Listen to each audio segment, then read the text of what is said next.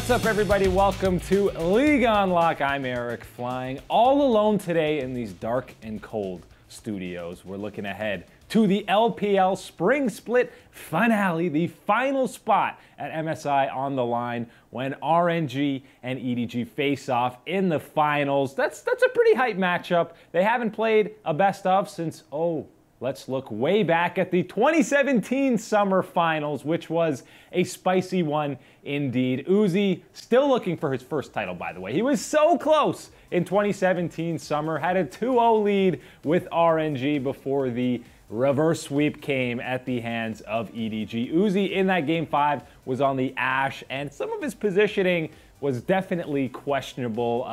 EDG winning yet again, far and away the most dominant organization in the LPL scene, and they're looking to add to that legacy here in 2018. But I know everyone wanted to see Invictus Gaming in this final because, of course, they went 17-1 in the regular season, which is absolutely insane. The Shy doesn't play. They don't make it to the finals. They're not heading to MSI, but either one of these teams would be a fantastic representative for China at MSI 2018. So who's going to get there? Who's going to win this final? Who's he going to get his first title? I don't know. Let's break it down matchup by matchup. Starting off in that top lane where you got EDG with Ray and Let Me on RNG. Now, both of these teams do not emphasize the top lane in any way, shape, or form, as you can see a bit by a lot of these numbers. Now, one thing you got to take in mind with all these boards that you're going to see, first of all, they're from the regular season, and there are a lot of players in China. That's why you're seeing some of these be 14th and 15th. There's not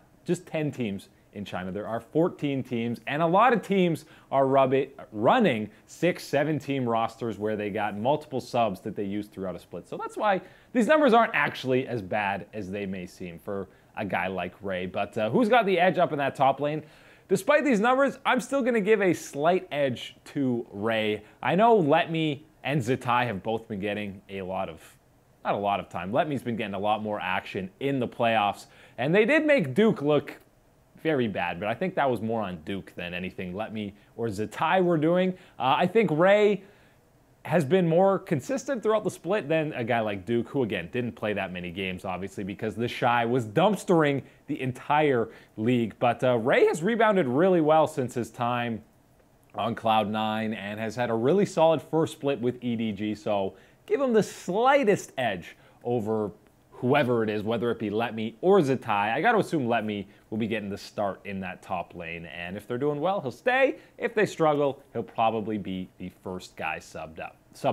The most interesting matchup for me comes in that jungle spot where you got a guy like Clearlove who only had to play one game against the Rogue Warriors. It looked like he might not have to play any, but he did end up playing one, taking on MLXG, who surprisingly enough has gotten every start in the jungle for RNG in the playoffs. Karsa was an all-pro jungler in the LPL regular season, but MLXG has turned it on come playoff time. Those numbers, again, these are particularly skewed because Clearlove, 16.5 KDA looks absolutely ludicrous. Well, he only played 3 games, so we'll have to settle down there. All these numbers are only across 3 games, whereas MLXG was playing upwards of 30 in the regular season, and those numbers have only gone up when it comes to the playoffs. He's sitting at an 8.0 KDA in the playoffs, which is actually higher than Uzi, who's had an absolutely insane playoff run. So MLXG, it's hard to give him an edge over Clearlove because Clearlove is the king of the LPL. Guy has 5 titles to his name. He's basically been powering up the whole regular season, just kind of finding a new joy and passion for the game. And whenever he comes back, EDG looks like a terrifying team. But I'm giving a slight edge to MLXG in this jungle matchup just because we've seen the ceiling of this guy at some international events, and we've seen really in this playoff run how fantastic he can be. So I think I give MLXG the slight edge over Clearlove. I feel like Clearlove will probably come in game 2 or 3, something like that. MLXG probably playing the whole time. So maybe Clearlove can get an advantage just by looking at his pathing in the first couple of games, but I still think MLXG, again, has a small edge. Going to that mid lane where we got some of the most consistent and strongest mid laners in the LPL. Scout versus Xiao Hu. Xiao Hu has not been the featured carry on this squad. There's no secret who that's been. We'll get to him in a little bit. But, I mean, he still has looked pretty solid in the playoffs. Some of the lowest kill participation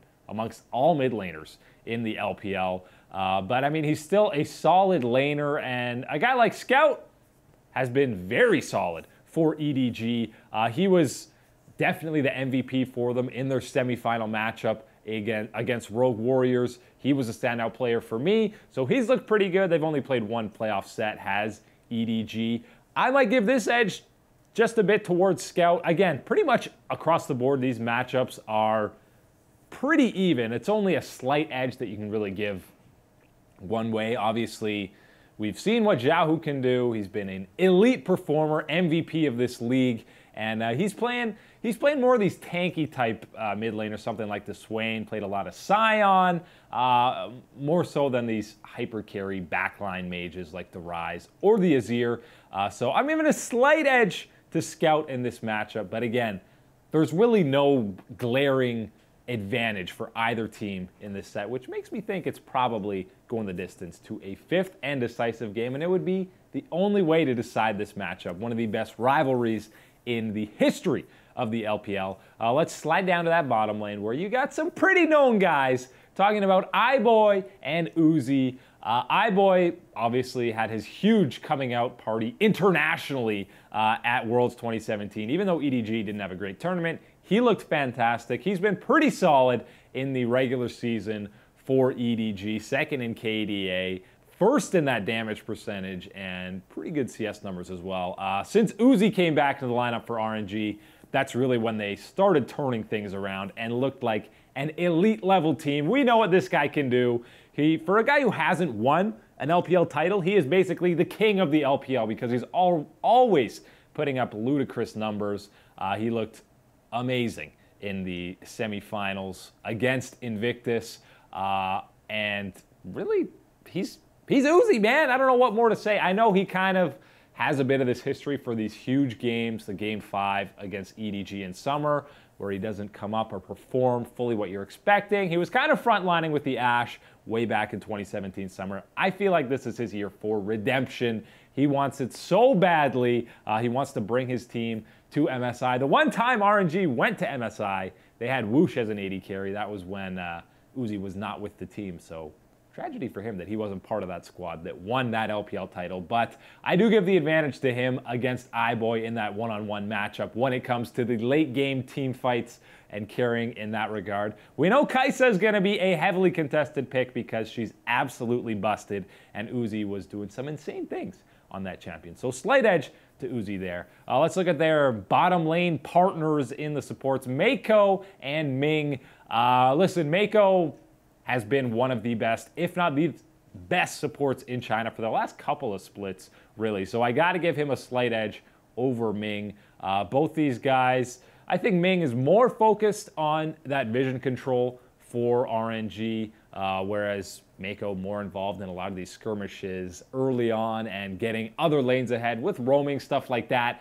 So I'm giving a slight edge to Mako. When it comes to the actual 2v2 matchup in the bottom lane, I might give a slight edge in lane to Mako and iBoy. But when it comes to these late game team fights where you're looking for one guy to take over a fight and win the game, I'm looking at Uzi. Even in the games that they lost to Invictus when he was playing that Kog'Maw, he almost turned these games around when his team was so behind and he was the only hope, the only win condition. He almost did it. Couldn't quite do it in that game, but did it basically 3 times in that series. So slight edge for Uzi, but in the 2v2 laning phase, and depending on how junglers influence it, it's might be a slight edge towards EDG. I do think RNG's taking this, and they're booking their ticket to MSI. Uzi gets his first ever LPL title, definitely going the distance. 3-2 in this one. No reverse sweeps, just a nice back and forth series, but I feel like it's Uzi's time. It's his redemption tour